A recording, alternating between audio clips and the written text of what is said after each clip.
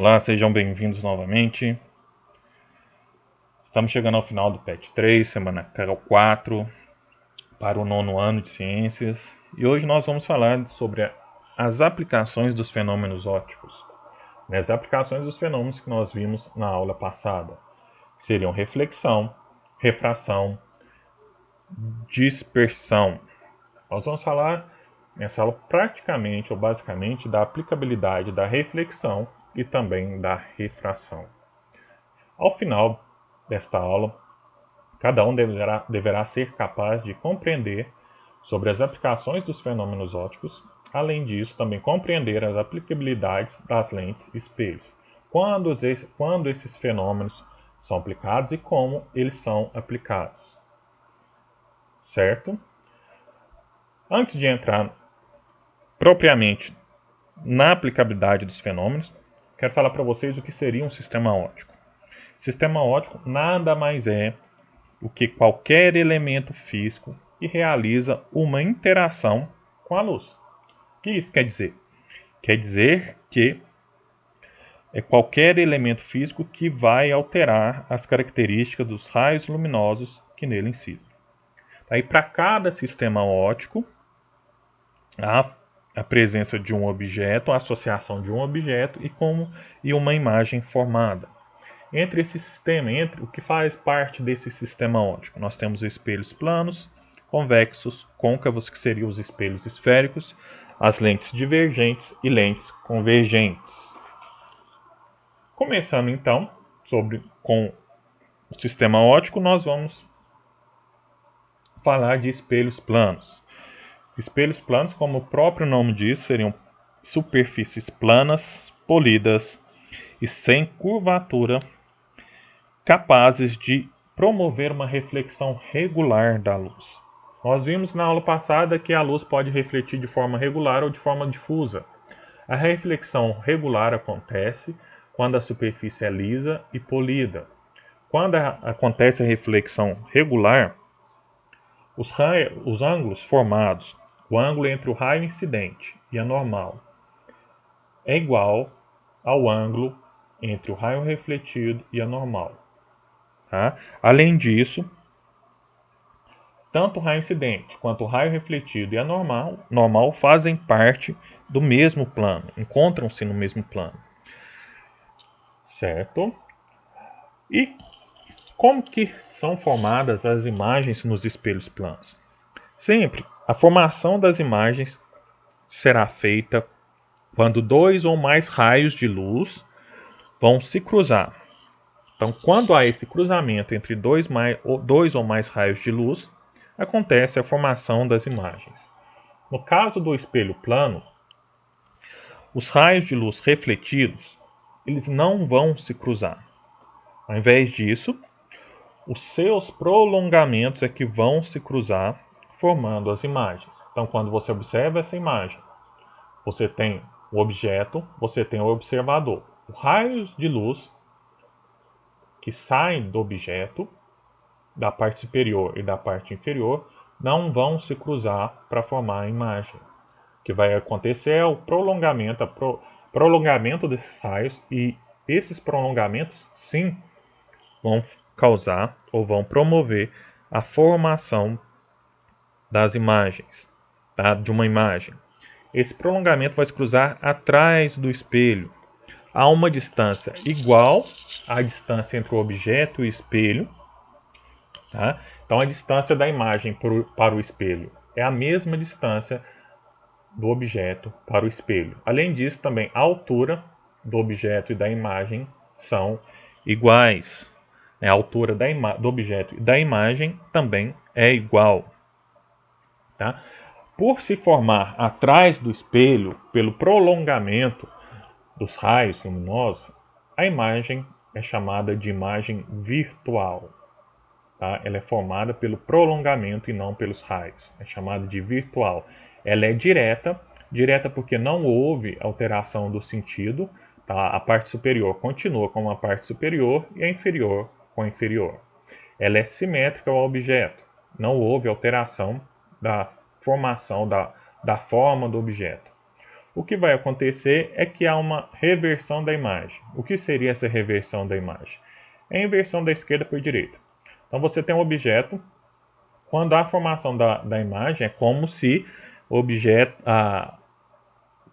houvesse uma inversão, uma reversão horizontal de 180 graus. É como se eu tivesse virado de 180. É só você observar quando você está à frente do espelho. Você está à frente do espelho e levanta a mão direita. Quando você levanta a mão direita, o seu reflexo no espelho vai estar levantando a mão esquerda, tá? Isso seria a inversão da esquerda e direita ou reversão da imagem. Essa reversão da imagem ela é importante no nosso dia a dia. E essa reversão é chamada de enantiomorfismo. O enantiomorfismo, ele é formado ou ele é utilizado para adesivar ambulância e bombeiro. Antes de falar o motivo, só exemplificar na imagem para vocês. Vocês têm o objeto do lado direito e imagem do lado esquerdo. Do lado direito você tem a letra N e também um relógio de ponteiro marcando 2 horas. Quando você observa a imagem dessas duas figuras, você tem um N invertido, então houve uma inversão de 180 graus, e o relógio também foi invertido. Ao invés de estar marcando 2 horas, agora está marcando 10 horas. Okay? E por que adesiva-se ambulância e bombeiros, por exemplo, de forma contrária? Ao contrário, a palavra não é escrita, não é adesivado como a gente lê ambulância. Eles inverteram os 180 graus. Porque quando o carro de bombeiro ou de ambulância está atrás de um carro ou de uma moto, quando você olha pelo espelho retrovisor, você vai ver a palavra escrita corretamente, na sua forma normal. Então, isso aqui você está vendo SORIEBNOB. Quando você olha no espelho retrovisor, você consegue ler bombeiros. E ambulância é a mesma coisa. Por isso que os nomes nos carros são colocados ao contrário, para quando você olhar no espelho retrovisor, ver a escrita corretamente e dar passagem para eles. Ok? Então nós falamos de espelhos planos. E continuando, nós vamos falar sobre espelhos esféricos. O que seriam os espelhos esféricos? Como o próprio nome diz, são espelhos formados a partir de uma calota, uma calota da esfera, uma calota esférica. Tá? Então nós temos, fazem parte dos espelhos esféricos, nós temos os espelhos convexos e os espelhos côncavos. Os espelhos convexos são aqueles espelhos que a gente vê em corredor de supermercado, de farmácia e algum retrovisor de veículo, tá? E eles são utilizados para prolongar a visão, uma vez que eles fornecem imagem reduzida. Então eles são utilizados para prolongar. Com a utilização desse espelho você consegue ver uma imagem mais distante e também você consegue observar um campo, você consegue ter um campo de visão maior. Tá? Então, espelho convexo. Imagina uma esfera, uma bola. Você corta a bola ao meio. O espelho convexo é formado pela parte exterior da bola, ou a parte exterior da esfera. O raio vai incidir nessa parte exterior, na superfície, tá, dessa esfera. Ok? Então, os espelhos convexos vão formar imagens menores, por isso que eles são utilizados para aumentar o campo de visão. Direitas porque não houve alteração do sentido, as imagens não ficam de cabeça para baixo, assim como no espelho plano. Tá? E também são imagens reversas, assim como no espelho plano, direita, esquerda. Há essa reversão. Ok? Então, espelho plano, espelho esférico é toda e qualquer superfície espelhada na forma de calota esférica. Tá? E no caso do convexo, o espelho convexo é um espelho esférico, onde a face espelhada é a face externa. Tá? Para a formação da imagem do espelho esférico, no caso do convexo e do côncavo, é semelhante à formação da imagem no espelho plano. Semelhante no sentido de que há necessidade do cruzamento de 2 ou mais raios de luz. Tá? No caso, há várias regrinhas para a formação da imagem, que no caso, que aqui nessa aula não vem ao caso, para vocês saberem. O que vocês precisam saber da formação de imagem em espelho convexo é que elas são virtuais, elas são formadas pelos prolongamentos dos raios luminosos e não pelos raios luminosos em si. São direitas, não houve inversão, né?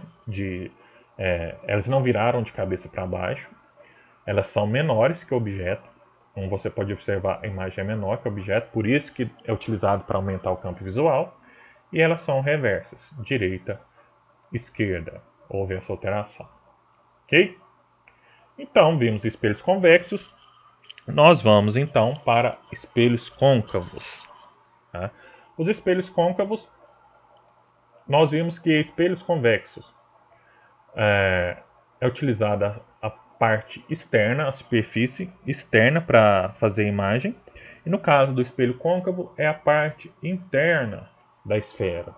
Tá? Essa parte interna, o espelho esférico é externa e o côncavo, perdão, é a parte interna, é dentro da esfera.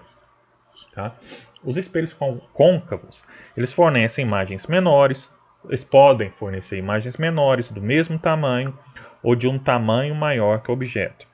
As imagens podem ser direitas ou invertidas e as imagens sempre serão reversas. O que vai definir, né, o tamanho da imagem, se vai ser direita ou invertida, é a distância entre o objeto e o espelho. É isso que vai definir se a imagem é inversa, se a imagem é real, se a imagem é virtual. Tá? Os espelhos côncavos, eles são utilizados para aumentar a visão. Como se fosse uma lente de aumento. É utilizado muito em consultórios odontológicos, em alguns projetores, em espelhos para maquiagens e também em óticas. Se você for numa ótica para ver experimentar alguns óculos, no espelho, acima da mesa, eles têm duas faces. Uma que dá o tamanho normal da sua face, né, do seu rosto, e quando você gira o espelho, esse espelho vai dar um tamanho, o seu rosto fica maior, para você visualizar melhor. Okay? Então, o espelho côncavo, como eu falei, a imagem pode ser menor, mesmo tamanho maior, direita ou invertida. Também pode ser virtual ou real. Imagem real é quando ela é formada pelo cruzamento dos raios luminosos. Tá? Espelho plano, a imagem é virtual. Espelho convexo também é virtual porque a imagem é formada pelo prolongamento. No caso do espelho côncavo, ela pode ser real, formada pelos raios luminosos, e também pode ser virtual, quando ela é formada pelo prolongamento. A imagem real, ela fica no mesmo, vamos dizer, no mesmo campo que o objeto. Ela não é formada atrás do espelho, como no espelho plano e no espelho convexo. Assim como para o espelho convexo, há uma série de normas, uma série de regras para a formação das imagens que não vem ao caso para vocês também aqui. Certo? Então vimos a questão dos espelhos, plano, plano, esférico. Esférico é semelhante a uma calota, como o próprio nome diz, uma esfera. Espelho convexo é quando há no interior ou na parte exterior, na superfície. E o espelho côncavo é quando os raios incidem no interior, dentro da esfera. Ok? Vimos espelhos e agora nós iremos ver lentes. Lentes convergentes e lentes divergentes. O que difere uma lente da outra e para que uma lente é utilizada e outra? Para que a lente convergente é utilizada e para que a lente divergente é utilizada. Então, a lente convergente, tá, além disso, antes, lentes. As lentes têm função de refratar a luz e podem ser produzidas em objetos, em material de vidro ou plástico, mas há necessidade de serem transparentes e com superfície esférica. Tá? No caso da lente convergente, são as lentes, como o próprio nome diz, vão convergir os raios em um ponto específico, como você observa nessa figura. Os raios, ao passarem pela lente, vão sofrer refração e vão convergir em um ponto específico. A lente convergente, ela possui o centro mais espesso que as bordas. Quando você observa essa segunda figura, você observa que o centro ele é mais espesso que as bordas. As bordas são finas e o centro não. Tá? Nos três tipos de lentes convexas, tá? As lentes de bordos delgados. Ok? Além disso, você pode observar, como o próprio nome diz, né, a lente convergente, elas vão convergir os raios, né, o raio luminoso. Os raios de luz, ao incidirem, né, eles incidem paralelamente ao eixo principal, tá,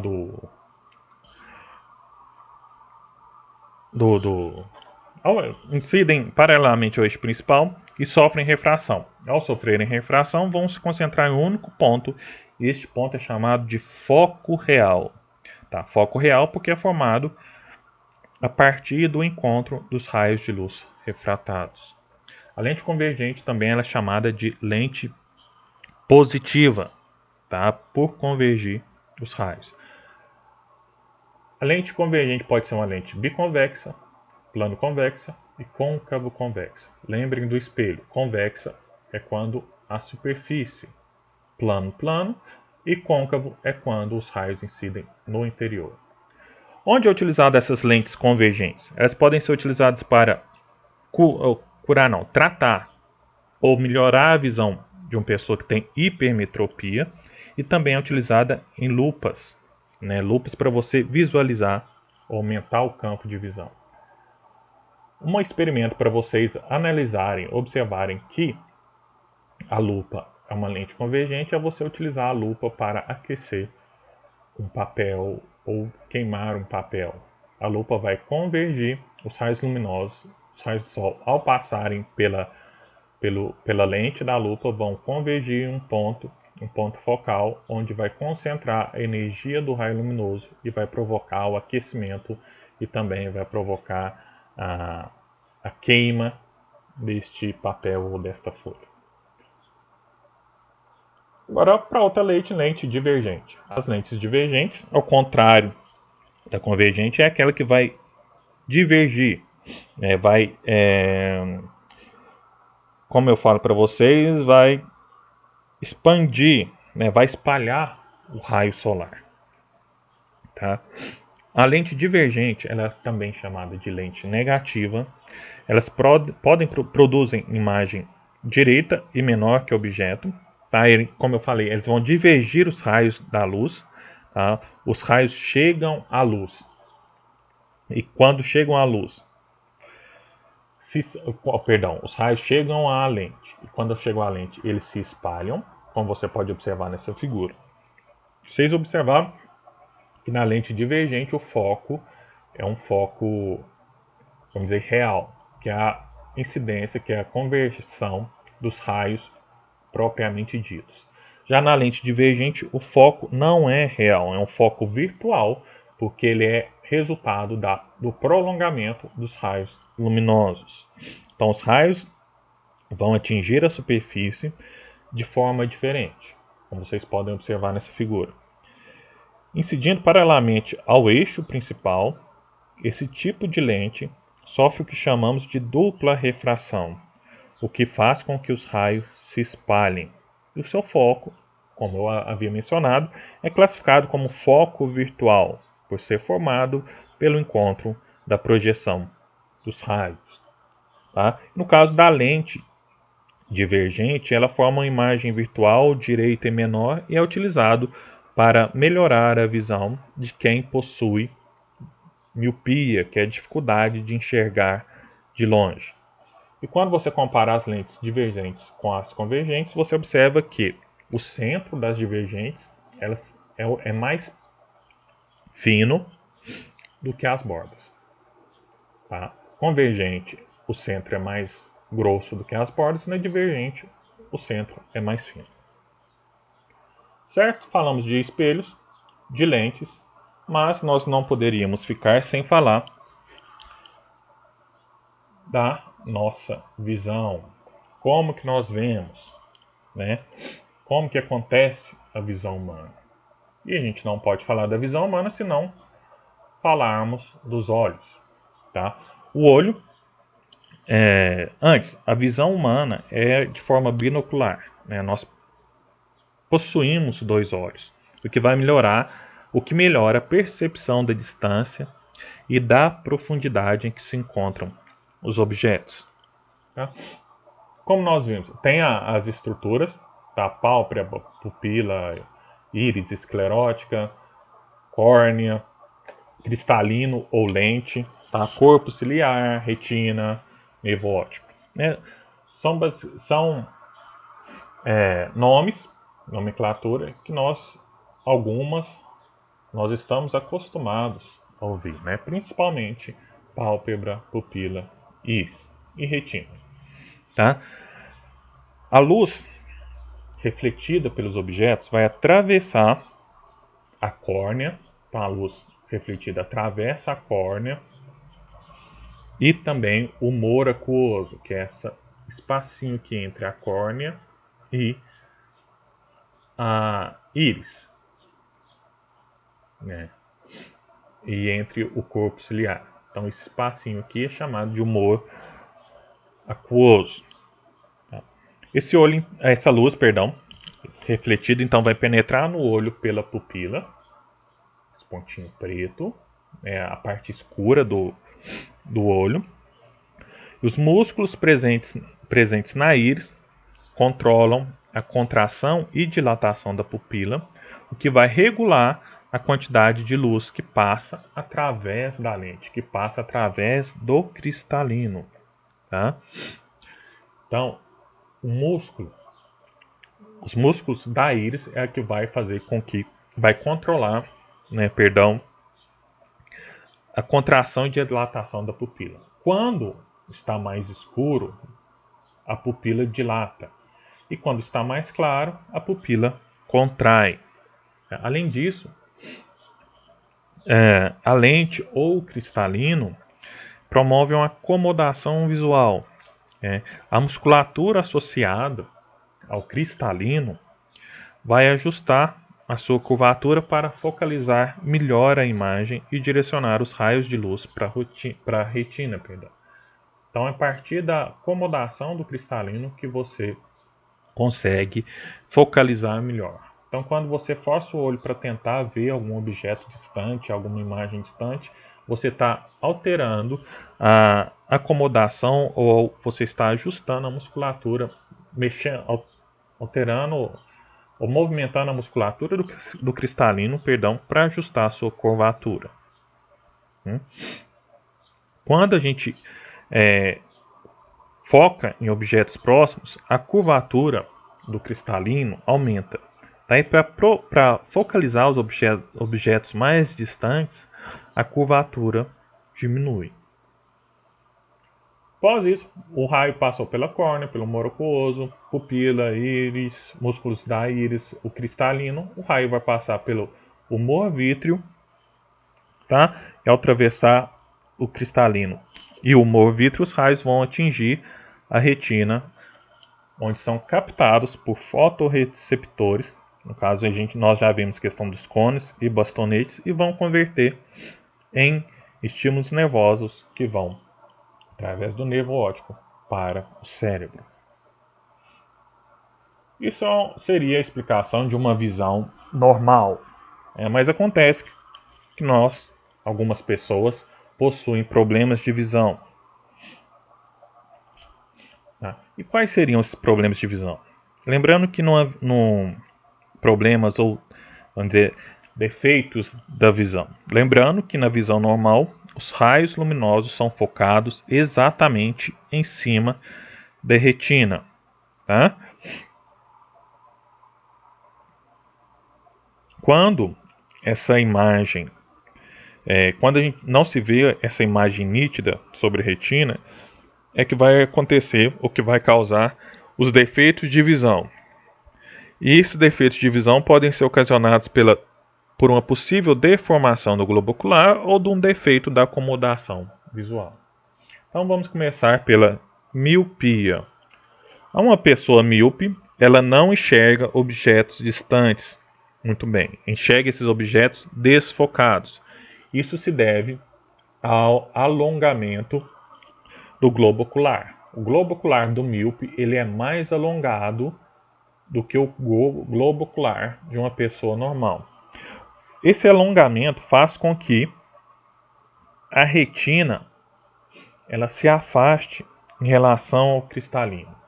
Tá? Então, como o globo ocular alongou, então a retina ficou mais afastada do cristalino. E isso faz com que a imagem seja formada antes da retina. O olho normal forma exatamente em cima da retina, no olho míope forma antes da retina. Tá? E isso faz com que a imagem não se torne tão nítida assim. E para corrigir esse tipo de problema, esse tipo de defeito da visão, utilizamos lentes divergentes. As lentes divergentes vão espalhar o raio. Então, ao espalhar o raio, faz com que a imagem seja formada em cima da retina. Tá? Míope, a correção é feita por lente divergente. Um outro problema de visão é a hipermetropia. No caso da hipermetropia, o olho é mais curto que o olho normal. Então, na miopia, há um alongamento, e no caso da hipermetropia, vamos dizer, há um encurtamento em relação ao olho normal. Como há esse encurtamento, a imagem ela não se forma em cima da retina e nem antes. Ela vai se formar atrás da retina. A imagem focada será focada atrás da retina. E como altera ou como melhora essa visão? Né? Como corrige esse problema? Ela é feita, essa correção, através de uma lente convergente. A lente convergente vai convergir os raios. Isso vai fazer com que a imagem que antes era formada atrás da retina seja formada à frente ou em cima da retina. E um último defeito visual ou problema visual é o astigmatismo. O astigmatismo não refere-se ao alongamento ou ao encurtamento do globo ocular. Tá? O astigmatismo acontece quando a córnea apresenta imperfeições, tá, em sua curvatura. E essas imperfeições vai causar uma falta de simetria de resolução, tá? E será necessária a utilização de lentes que compensem tais diferenças entre os raios de curvatura. Então, o astigmatismo é devido a imperfeições na córnea, e essas imperfeições vão causar diferença ou falta de simetria na resolução das imagens. Tá? No olho normal você tem apenas um ponto focal, e no caso do astigmático você tem múltiplos pontos focais. Ok? Então nós vimos espelhos planos, convexos e côncavos, lentes, divergente e convergente, visão normal, problemas visuais e como nós corrigimos esses problemas visuais. Ok? Então é isso. Estou à disposição para qualquer esclarecimento. Espero que vocês tenham entendido o conteúdo. Até a próxima. E caso queiram, podem me seguir no Instagram. Abraços e até a próxima.